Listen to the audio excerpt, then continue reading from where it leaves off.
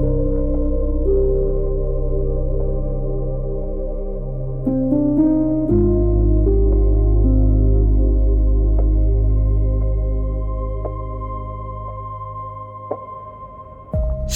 ein neuer kalter Morgen hier in der Atacama-Wüste. Eine der trockensten Gegenden der Welt. Und wir haben Nebel. Ein überraschender Ausblick, hätte ich nicht damit gedacht. Die Sonne ist schon aufgegangen. Und passend zum Nebel ist natürlich auch alles nass geworden. Überall Wasser. Ja, hätte ich nicht gedacht. Nicht hier. Weil hier ist es ja doch so trocken, dass nicht mal Pflanzen oder Kakteen wachsen. Aber es ist neblig, es ist kalt. Und ich habe auch mal eine Doku gesehen, dass so viele Menschen überleben in der Atacama-Wüste, indem die so Leinen aufspannen und dieser morgendliche Nebel, der sammelt sich dann da drin. Und dann sammeln sich die Wassertropfen in diesen Leinen und dann können sie damit essen und trinken. Also trinken natürlich. Da hinten ist der Nebel ein bisschen weniger. Ah, da zieht hier richtig eine Wolke gerade rein oder irgendwas. Höchst interessant, diesen Nebel hier in der Wüste zu beobachten. Wir hatten in Saudi-Arabien genau das gleiche in der Wüste. Da hat es nämlich auch morgens genebelt und das war alles nass. So, den Kaffee haben wir jetzt schon fast leer getrunken. Währenddessen versuchen wir uns Frühstückseier zu kochen mit herrlichem Ausblick und wir nutzen auch die Sonnenenergie aufs Maximum. Wir haben alle unsere Solarplatten ausgepackt, um unsere Akkus nachzuladen. Das ist unser Schmuckstück, eine 100 Watt faltbare Solarplatte und noch die 2 kleinen Sunnybags da hinten. Und die versorgt unsere Akkubox hier hinten. Das ist ja einfach nur ein Stromspeicher. Und es klappt tadellos. Die Solarplatte lädt die Akkubox. Mit der Akkubox können wir unsere Akkus laden und gleich auch noch den Laptop anschließen, weil wir nämlich heute das neue YouTube-Video schneiden wollen oder beziehungsweise anfangen wollen zu schneiden. Dazu haben wir noch unsere 2 kleinen Sunnybag Solarplatten. Die sind auch mega praktisch, weil die einfach so klein und handlich sind, dass man die auch einfach außen am Motorrad hinhängen kann, wenn man irgendwo eine Pause macht. Die laden auch recht schnell. Die laden gerade auch 2 Powerbanks voll. Es ist wirklich ein Traum. Wir sind autark. Ja, super praktisch. Auch mit unserem Starlink haben wir jetzt auch noch Internet, weil wir beide haben hier kein Handyempfang, hatten wir schon ganz oft in Chile und so haben wir eben ja, die Möglichkeit Internet zu haben mitten in der Pampa und richtig schnell. Das funktioniert wirklich sehr gut, das ist wirklich genial. Wir sind völlig überrascht, wir haben das Starlink voll billig bekommen im Sale für gerade mal 100 € und es funktioniert perfekt. Hier in Chile ist die Netzabdeckung sehr schlecht, besonders an abgelegenen Orten, ja. Auch mit dem Unwetter. Da sind, glaube ich, die Hälfte der Netzantennen kaputt gegangen, weil wir hatten ja über hunderte Kilometer keinen Empfang. Da hat uns auch schon Starlink geholfen, weil wir einfach dann wieder Google Maps laden konnten und Nachrichten verschicken konnten. Und das ist halt Hammer. Wir können jetzt überall, wo wir sind, selbstständig leben. Wir sind nicht auf ein Hotel angewiesen für Steckdosen Internet. Wir sind auf nichts angewiesen. Wir können, solange wir die Sonne haben, wir unseren ganzen Schmarrn auspacken, können wir es bequem machen, dann können wir Videos machen. Oh, unser Wasser kocht. Ja. Können wir Videos machen, essen, alles. Ja, und auch die Sunnybags haben wir ja, die eine schon seit Anfang an dabei, die andere haben wir jetzt neu dazu bekommen. Und wir haben auch einen Link in der Videobeschreibung, da kriegt man nochmal Rabatte, wenn man sich eine kauft, da kriegen wir eine kleine Provision.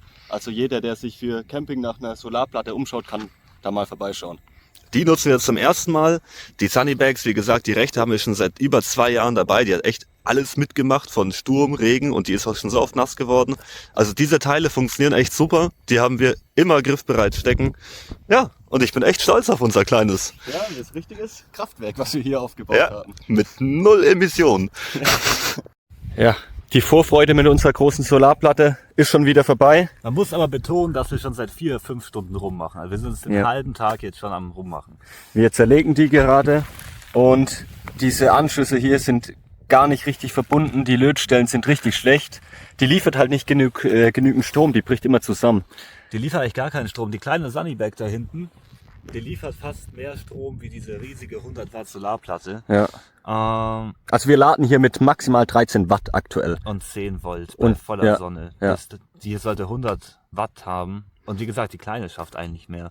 Jetzt haben wir mal aufgeschraubt, weil wir haben jetzt 4-5 Stunden lang Tests gemacht, ob die noch funktioniert. Und jetzt sind wir nach unseren Tests auf den Schluss gekommen, dass die Solarplatte defekt ist. Deswegen haben wir sie einfach aufgemacht, weil wir nichts zu verlieren haben. Das sind die schlechtesten Lötstellen, die wir hier in unserem Leben gesehen haben. Also die Kontakte sind gar nicht gut und wir versuchen das jetzt irgendwie, wie es uns möglich ist, besser zu verbinden und hoffen, dass dann funktioniert. Also sowas für Geld zu verkaufen, ist echt schlimm. Also ein Blinder mit Krückstock kann besser löten wie das. Ja, das ist eine Vollkatastrophe.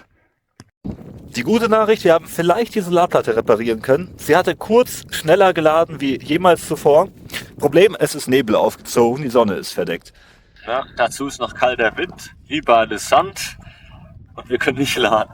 Ja, es ist ein kleiner Sandsturm ausgebrochen und ziemlich windig und kalt geworden. Es ist ja überall Sand, der Kocher ist voller Sand, den müssen wir erstmal auseinanderbauen, wieder putzen, dass der funktioniert. Ja, blöd, echt kalt.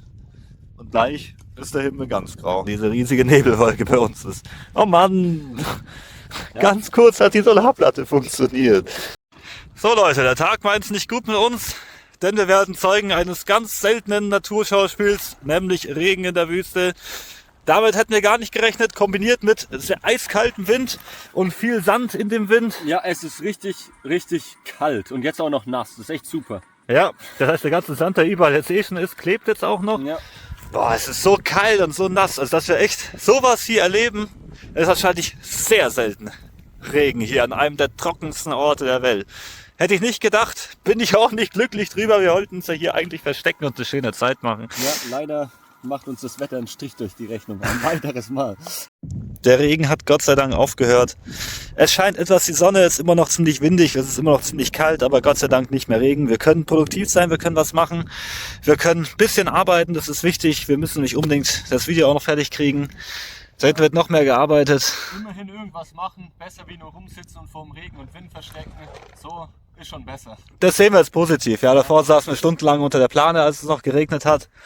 Jetzt scheint wenigstens ein bisschen die Sonne. Morgen soll das Wetter dann richtig gut werden und wir haben ja genug zu tun heute Morgen noch. Wir müssen unbedingt fertig werden.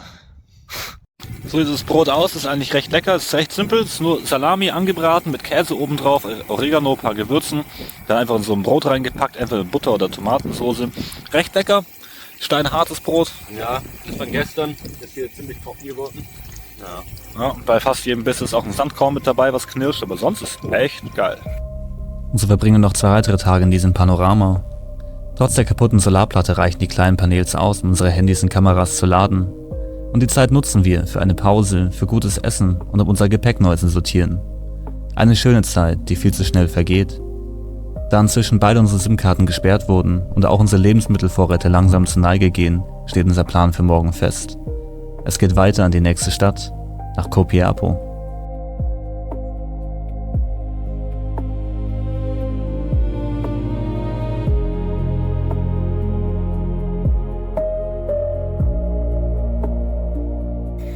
Fantastischer Sonnenuntergang, wieder hinter den Dünen. Ich weiß nicht, warum in der Wüste sind die immer so eigen und anders. Auch weil der Sand halt nochmal eine ganz eigene Farbe mitbringt. Meistens hat man auch gar keine Wolken, dann diese riesigen Farbunterschiede. Naja, wir sind am Kochen. Wir machen wieder unser Leibgericht. Ja, Brot mit Salami und Käse.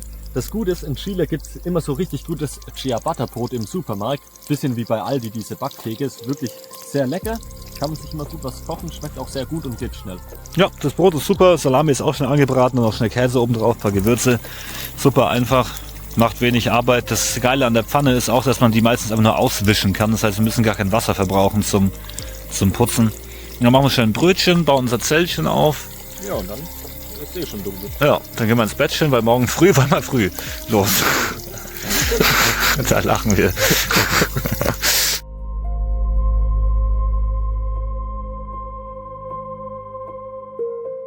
Ein neuer Morgen, eine neue Überraschung. Und zwar war jetzt beim Zelt zusammenpacken ein kleiner Skorpion dabei. Echt interessant, ob der wohl giftig sein kann.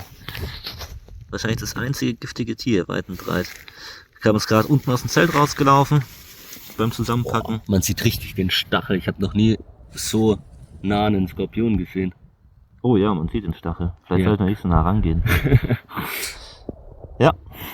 Was man nicht alles hier in der Wüste so sieht. Ja, muss man immer aufpassen auf den Taschen. Das lag halt am Boden rum, die Zeltverpackung. Jetzt kam da der Skorpion raus. Das ist natürlich blöd. Ja, aber wir packen weiter zusammen, fahren dann gleich in die Stadt und genießen noch kurz die morgendliche Sonne. Unser Ziel heute ist die Stadt Copiapo. Etwa 80 Kilometer trennen uns von dieser einzigen großen Stadt weit und breit. 80 Kilometer über kleine verlassene Straßen durch die Atacama-Wüste. Dann weiteres Mal zeigt die Wüste von ihrer schönsten Seite. Riesige Dünen, schroffe und steinige Berge und die unterschiedlichsten Farben. Eine endlose Leere, die sich ständig verändert. Das Einzige, was hier an Menschen erinnert, sind die riesigen Minen, die teilweise ganze Berge abtragen. Ein gigantischer Anblick. Die Straße ist überraschend gut, auch wenn die Wüste an manchen Stellen immer wieder versucht, sich ihr Land zurückzuholen. Und so fahren wir weiter, durch Hitze, über kurvige Strecken und mitten durch diese endlose Landschaft.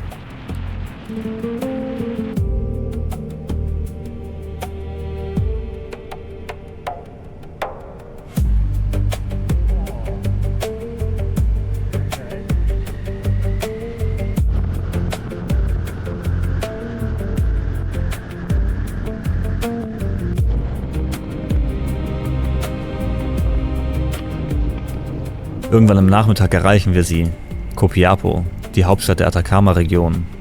1744 wurde die Stadt unter spanischer Kolonialherrschaft als San Francisco gegründet, doch schon lange vor den Spaniern gab es hier Siedlungen der indigenen Bevölkerung und später gelangten auch die Inka hierher. Im 19. Jahrhundert brachten große Silberfunde der Stadt Reichtum und Wachstum und der Bergbau prägt die Stadt bis heute. Doch unser Ziel in der Stadt ist ein anderes. Wir müssen unsere Benzinvorräte auffüllen, denn Tankstellen der Wüste sind rar. Und auch unsere Lebensmittelvorräte müssen wieder aufgefüllt werden, bevor es für uns in den nächsten Abschnitt der Reise weitergeht.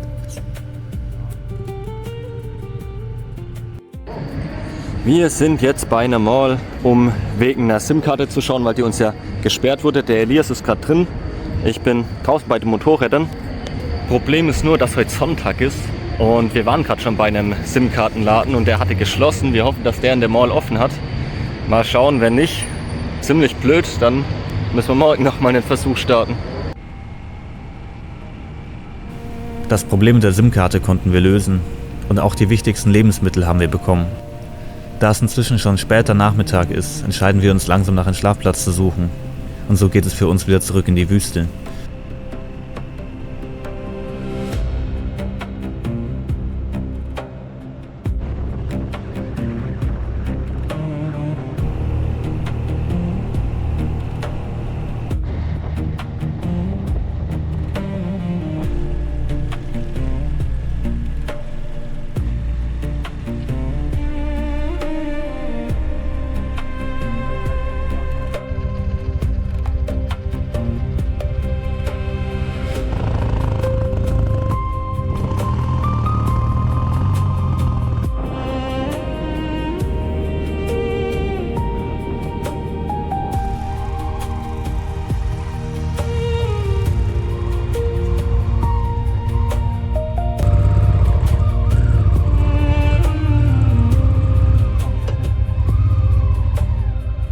Wir sind fertig mit Einkaufen in Copiapo und zurück in der Wüste. Eine ewig lange Fahrt später. Bei heißestem Wetter sind wir jetzt hier irgendwo im absoluten Nirgendwo angekommen. Mit so einem super verrückten Felsen da vorne. Mit diesen zwei Farben. Chile hat wirklich eine so atemberaubende Landschaft, die so vielseitig ist. Plus wir stehen hier gerade in der Wüste bei unglaublichen 34 Grad. Während da hinten man von hier aus schneebedeckte Gipfel sehen kann. Das ist doch verrückt. Einfach in der Wüste schmelzen und dann Schnee sehen. Vorhin hat man sogar noch viel mehr Schnee gesehen. Für uns geht es jetzt zum Zelten. Unser Plan ist, irgendwo da bei dem Berg zu schlafen. Irgendwo da unten. Wir werden auf jeden Fall nicht hochfahren können. Es ist echt cool, dass hier so ein halber Hardpatch ist, wo wir mit unseren ja doch recht schweren Maschinen recht gut fahren können. Sind jetzt ein kleines Stück von diesem einen Weg weg und ja, fahren ein bisschen durch die Gegend, suchen Schlafplatz. Wir haben unseren Zeltplatz endlich gefunden. Und zwar genau hier. Wir wollten eigentlich beim Berg schlafen, aber wir haben es doch für hier entschieden. Problem, der Sand wurde immer weicher und der Kampf hierher wurde immer schwerer. Ja, weshalb wir auf halber Strecke abbrechen mussten. Wir bleiben einfach hier. Hier ist ja genauso schön, ist ja menschenleer hier. Also richtig geiler Platz. Es ist immer das Schöne an Wüsten, dass du einfach diese Ruhe hast und hier in Chile diesen Ausblick auch noch. Also das ist mal wieder eigentlich ein Bilderbuchausblick, diese ganze Gegend. Jetzt werden wir unser Zelt aufbauen, hoffen, dass keine Skorpione hier rumlaufen. Werden wir gleich ein Bierchen trinken auf diesen fantastischen Ausblick, auf die bald untergehende Sonne, Boah, der wird richtig schön aussehen. die hoffentlich da hinten alles schön rot noch einfärben wird. Ja. Aber man muss sagen, in Chile hier, jeden Platz, den wir bisher hatten, der war richtig cool. Ja. Also richtig schön, wirklich. Die Natur, immer menschenleer, wirklich top. Das Tolle ist, wir haben ja auch keinen Stress. Wir sind jetzt vom letzten Platz zu dem Platz vielleicht 70 Kilometer gefahren heute. Nur unsere Versicherung ist abgelaufen. Wir ja. müssen eine neue abschließen heute, dass wir hier fahren dürfen. Ja, auch die SIM-Karte haben wir bekommen. Wir haben jetzt eine SIM-Karte. Problem, wir haben hier kein Netz. Wie so oft in Chile, aber wenigstens haben wir wieder eine funktionierende SIM. Das ist sehr wichtig. Ja, genau. Wir brauchen noch ein Netz. Jetzt bauen wir unser Zeltchen auf und dann machen wir uns mal richtig schön bequem.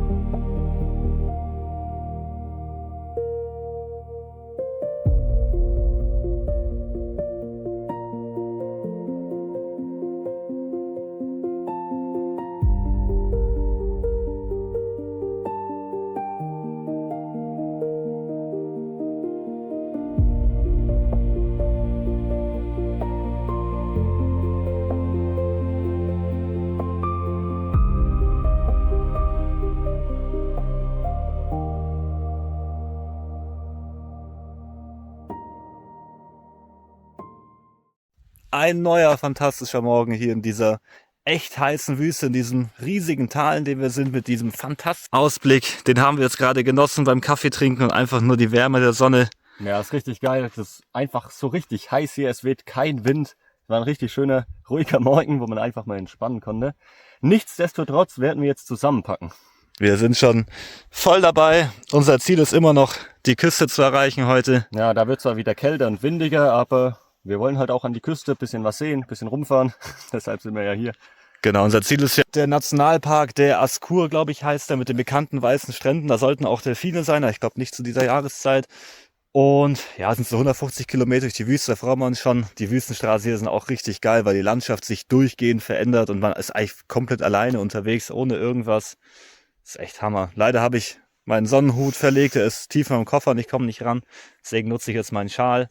Und ja, wir freuen uns schon. Pack mal schnell alles zusammen und dann wird es eine geile Wüstenfahrt heute. Ja. Wir werden jetzt auch noch schnell duschen. Deswegen haben wir schnell Wasser heiß gekocht in Tassen.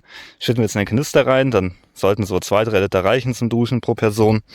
Es ist halt krass, weil tagsüber wird es hier so heiß und nachts wird hier so kalt. Heute Nacht haben wir wieder 10 Grad und eisigen Wind. Wasser ist immer noch ziemlich kalt von der Nacht. Deswegen wollen wir uns ein bisschen aufwärmen, dass es ein bisschen angenehmer wird. Und ja, dann freuen wir uns schon auf eine kleine Dusche hier im Sand. So, Motorrad läuft. Alles sauber, alles eingepackt. Motorrad läuft auch gleich. Fantastischer Ausblick. Wirklich ein Traum. Jetzt kämpfen wir uns gleich dieses Sandding hier zurück zum Schotterweg. Dann geht es zurück zur Straße und dann geht es einmal quer durch die ganze Wüste zurück zur Pazifikküste. 140 Kilometer, nur Wüste.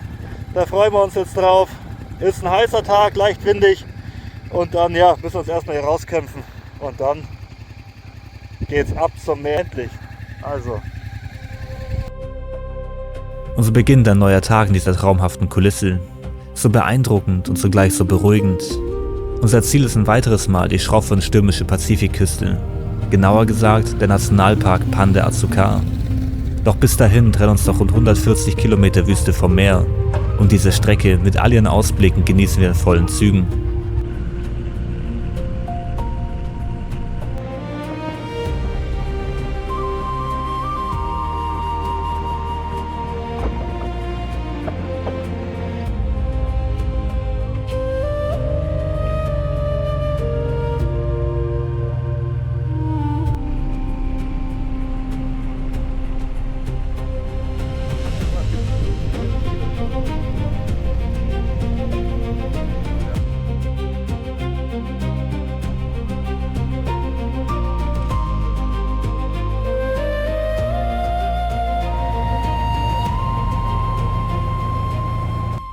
Die Ausblicke hier in der Atacama-Wüste sind so unfassbar und unbeschreiblich.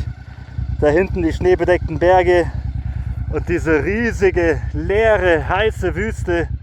Es ist echt unglaublich. Jede Kurve wird immer schöner, es wird immer besser. Die Landschaft verändert sich durchgehend. Das ist eine der schönsten Gegenden und extremsten Gegenden, die wir je waren. Aber das ist echt, diese Momente, die bleiben im Kopf und im Herz. Das ist so schön, so eine atemberaubende und andere Natur.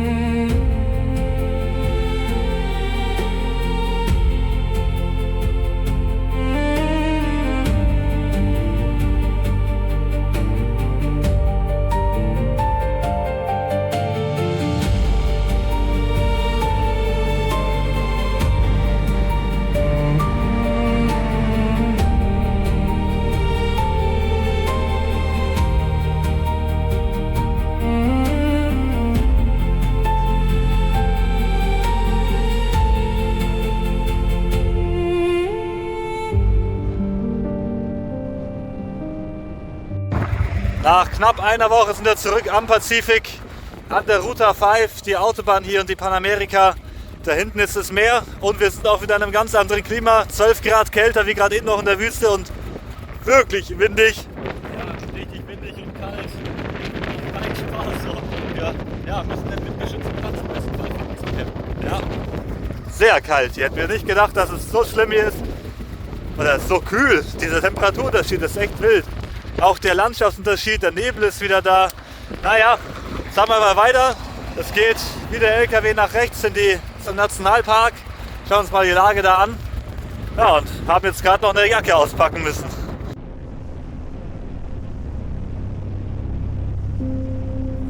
Und so sind wir wieder zurück am Pazifik. Der Ozean empfängt uns genauso wie wir ihn damals verlassen haben. Stürmisch, kalt und neblig. Wir folgen der Panamerika weiter Richtung Norden, bis nach Chañaral. Die einzige größere Stadt weit und breit und für uns ein wichtiger Stopp, denn beide unsere Tanknadeln nähern sich langsam dem roten Bereich.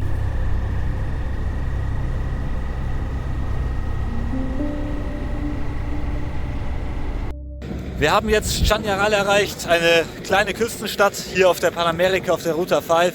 Haben jetzt auch getankt, war die einzigste Tankstelle, jetzt mal wieder ein Umkreis von 200 Kilometern. Jetzt ist auch hier genau ein Nationalpark, wo wir eigentlich sein wollen, hinten in dem Nebel. Problem ist, es ist ja kalt. Es ist kalt und halt auch ungemütlich. Und das Wetter hat gesagt, es soll nicht mal Sonne scheinen, nicht bewölkt sein. Jetzt sind wir halt hier und das ist nicht so wie die Erwartung. Ja, sind ziemlich durchgefroren. Jetzt die Frage, ob wir noch weiter im Nationalpark fahren oder ob wir einen Rückzieher machen und zurück in die Wüste fahren. Wir gucken uns mal die Karte an, die Möglichkeiten. Ja. Ja, aber in einem Land, wo so viele Kakteen stehen, sollte es nicht so kalt werden. Doch wir entscheiden uns dafür, an der Küste zu bleiben und weiter Richtung Nationalpark zu fahren. Und ein weiteres Mal zeigt Chile seine vielen Seiten. Die Landschaft verändert sich ständig. Von weißem Sand, der fast wie Schnee aussieht, bis hin zu einer schroffen Vulkanlandschaft. Felsen ragen aus dem Boden in den unterschiedlichsten Farben. Eine Landschaft, die beinahe außerirdisch wirkt. Und genau hier beginnen wir mit der Suche nach einem Platz für unser Zelt.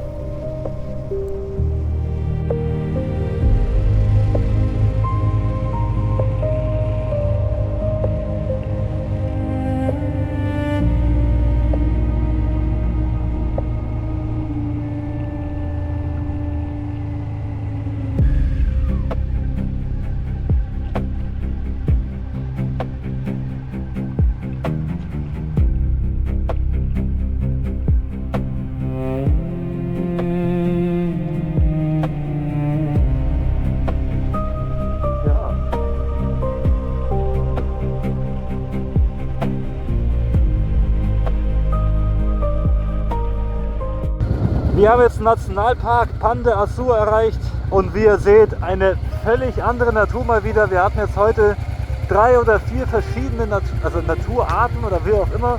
Es ist echt richtig schön, dieser riesige weiße Strand da hinten, der Ozean, diese farbigen Felsen von weiß, schwarz, grau, da ist alles dabei. Es ist wirklich Hammer hier. Hätten wir nicht gedacht, dass es so schön sein kann. Daumen hoch. Wir werden jetzt irgendwo uns einen Felsen suchen, wo wir ein bisschen windgeschützt sind, dann werden wir das Zelt aufbauen, eine Nacht hier bleiben und dann ist der Plan, morgen einmal diesen ganzen Nationalpark durchzufahren. Also Hammer Ausblick, Hammer Strand, eins fehlt, das ist die Sonne. Jetzt suchen wir uns Schlafplatz und dann gucken wir uns immer genauer um. Wir machen gerade unsere Zeltplatzsuche, aber ohne Fahrzeug, weil hier ist sehr weicher Sand. Wir laufen das einfach mal ab, wo wir fahren können, wo wir bleiben können. Ja, wir wollen halt im besten Fall windgeschützt sein, aber die Orte sind meistens sehr schwer zu erreichen, weil halt der Boden zu locker ist oder zu große Steine. Leider, weil ich sag mal 17 Grad haben wir hier gerade, aber ohne den Wind ist es sehr gut aushaltbar. Erst mit dem Wind wird es echt so richtig kalt, deswegen wäre so ein Felsen zum Verstecken recht schön. Natürlich nicht direkt neben dem Weg, wo die Fahrzeuge hier rein rausfahren, dass wir halt nicht auf dem Präsentierteller da schlafen. Jetzt schufen wir mal weiter, da finden wir hoffentlich gleich was.